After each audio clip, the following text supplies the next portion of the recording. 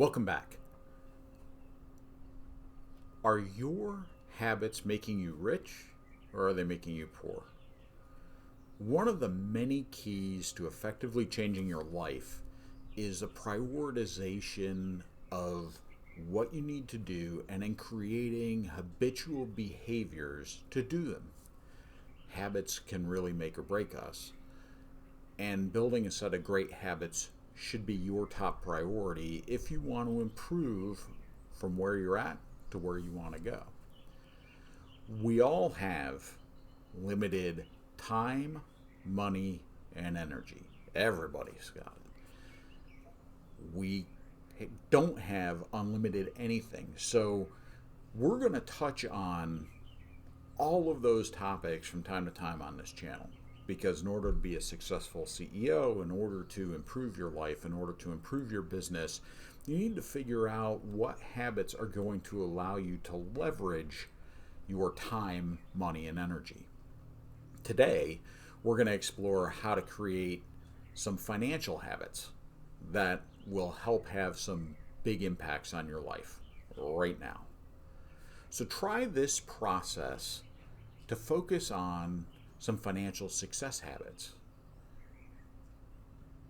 1, where are you feeling the most pain in your finances? What keeps you up at night? Is it a lack of savings? Is it a non-existent emergency fund? Is it a dependence upon a certain employer? Is it too little income to pay your bills? Is it fear about retirement or losing your job? Focus and pick just one.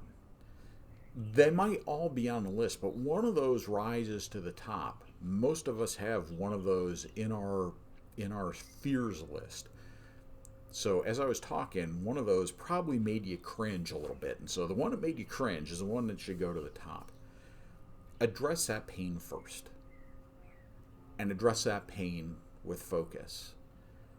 Addressing the most stressful financial challenge in your life is the most effective place to start, because once you start setting that in the rearview mirror, it allows you to really look forward with a lot more clarity. As long as something's blocking your vision because of that fear, you're never going to be able to kind of get it in the rearview mirror and keep moving. So whichever one of those things I mentioned, and there may be another one that I didn't mention, really drives your fear, focus on that with clarity, and that's where your habits need to evolve first. Number 2, which one habit will have the biggest impact on your financial pain point, so what we just identified in number 1, today?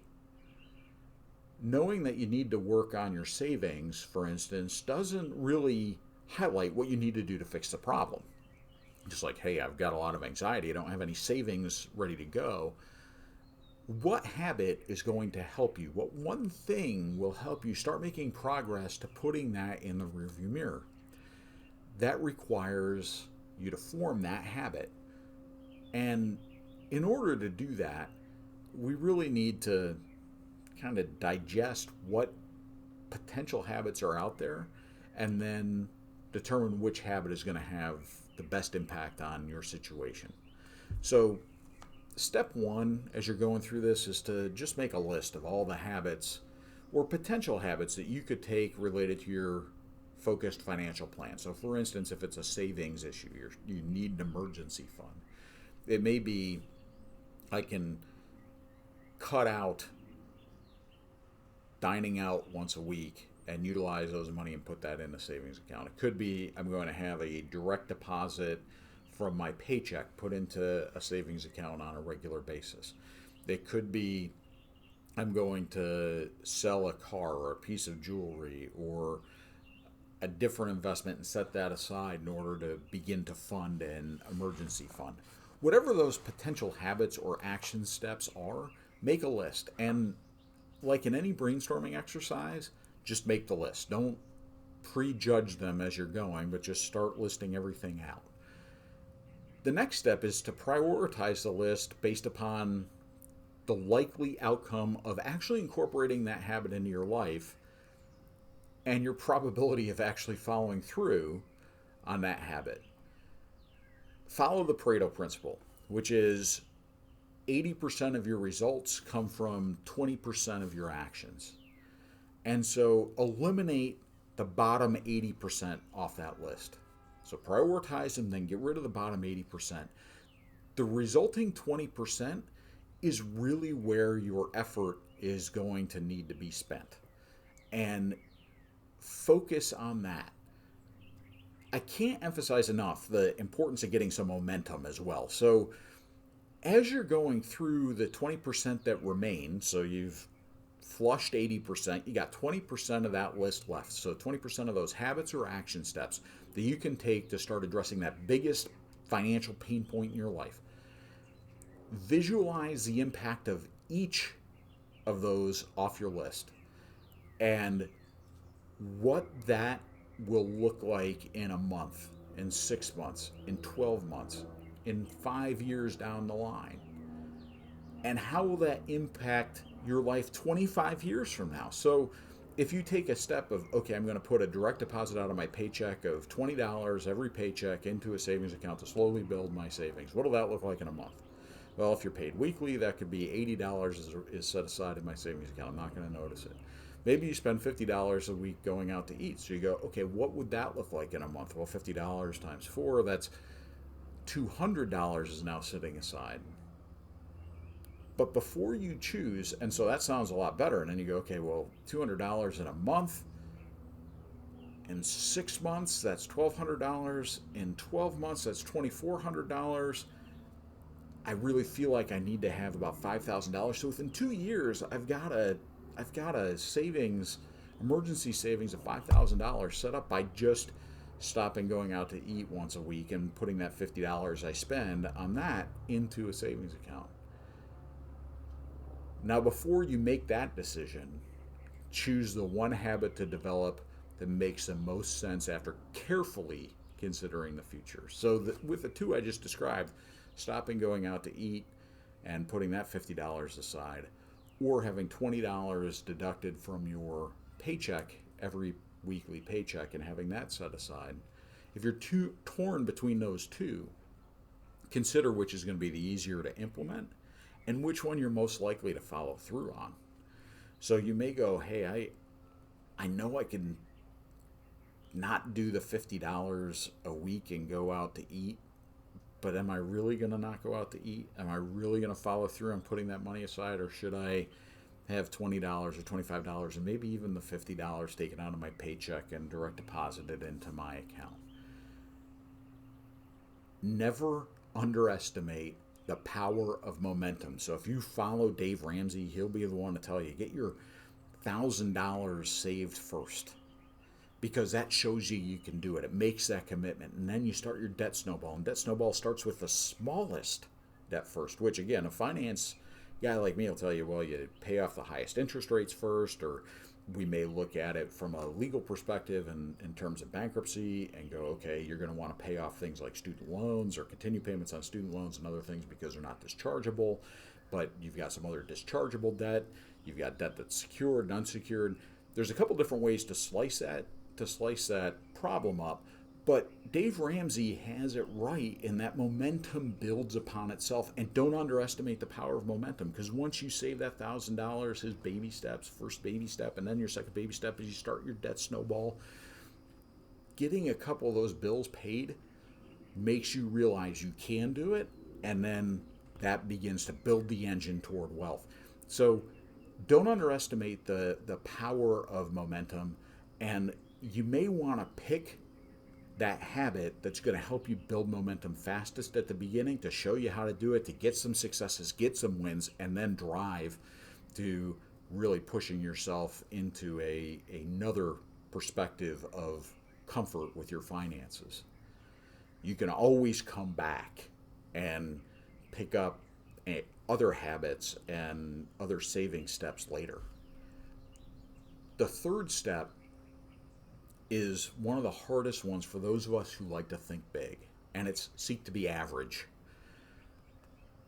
It's important to set long-term goals aggressively and look for a stretch target, but bring all the parts of your personal financial picture up to average first. And then you can attempt to be a high achiever. You're building the foundation for your future wealth. And whether that takes weeks, months, or years, building a good foundation is going to ensure your future success. The worst aspects of your financial life are the ones that are causing you that discomfort today. And so if you go, hey, I'm going to ignore my debt and I'm going to shoot for the moon and I'm going to buy a business, or I'm going to buy a 100-unit multifamily, and I'm going to try and leverage out the purchase price and go get some syndicated funds. That's all fine and good, but if you can't pay your student loans and you can't pay for your car, you're not going to be satisfied and you're not going to be happy, because you're still dealing with the worst pain. So deal with the pain first, that which is creating the most discomfort. If I were starting over again, I would first eliminate all the consumer debt. So anything that is related to stuff that doesn't make me money, things that aren't appreciating assets. So that's going to be credit card debt. That's going to be auto debt. That's going to be recreational vehicles. That's going to be, and whether that's selling them or whether that's paying those down, those assets aren't making me any money, and I shouldn't have borrowed to begin with. So if I were doing it, I'd start with consumer debt, pay that down. Then I'd have an emergency fund. I'd save at least 10% of my income. I'd be looking at, do I have adequate insurance for my family from a life insurance perspective? Do I have adequate medical insurance? Do I have adequate disability insurance to ensure that my income is protected and my family's protected in the event that I can't continue to work? And then I'd be looking at, how am I positioning myself for success in the future, including retirement?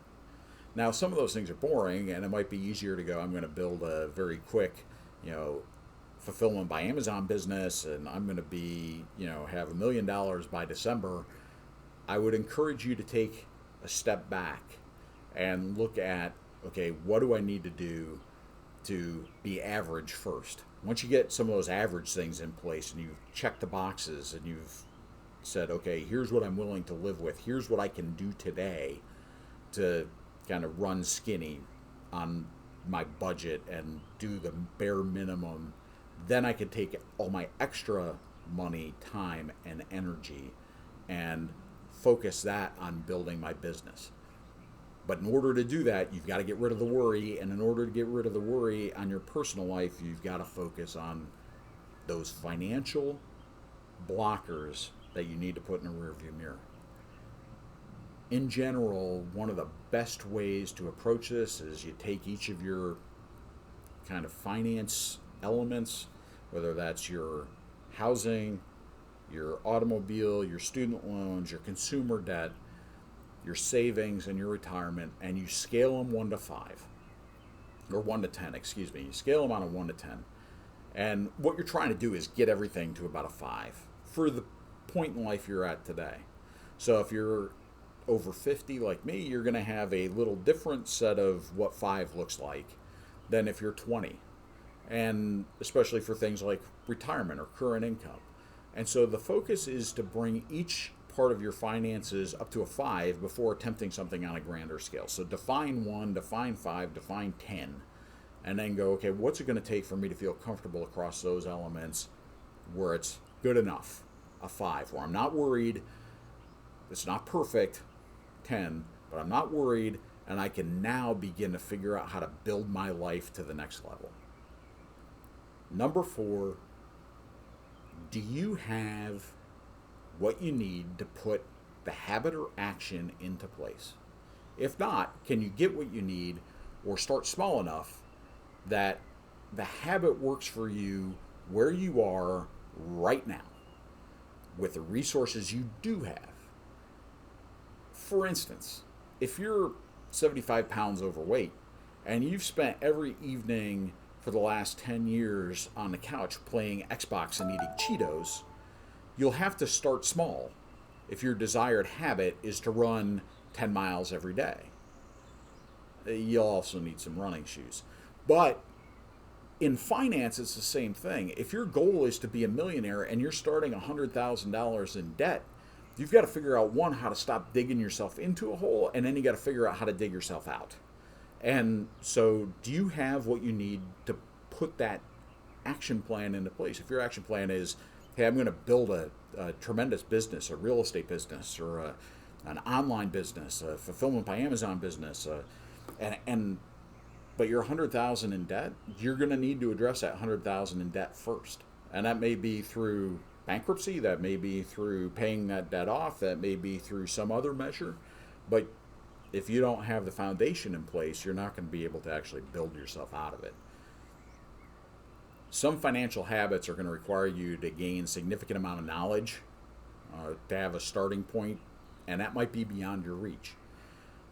There's resources online that can help you build that knowledge base. There's coaches that can assist you, other financial advisors, attorneys, accountants. There's books that can guide you, but get those resources, figure out what you need to do, come up with a plan. And determine if the new habit or action is possible with your available resources and expertise. If you really assess it honestly, you may find that another goal or another plan or another action or habit is going to be more appropriate for where you are right now. And you can, as I had mentioned, circle back around to these later. The key at this point is to just get started. Time is always going to be a limiting factor for everybody. Money is always a limiting factor for everybody. And energy is always a limiting factor for anyone. There are only so many hours that can be applied to building and performing in your business. And so ensure you're spending your time wisely and effectively. Remember that the most important and effective habits and actions are also sometimes the most least appealing. They're the least appealing. So focus on those that are positive habits that you can get excited about, that you can implement right away, build that momentum, and then utilize that to enhance your finances, building that foundation to propel your life to the next level. Until next time.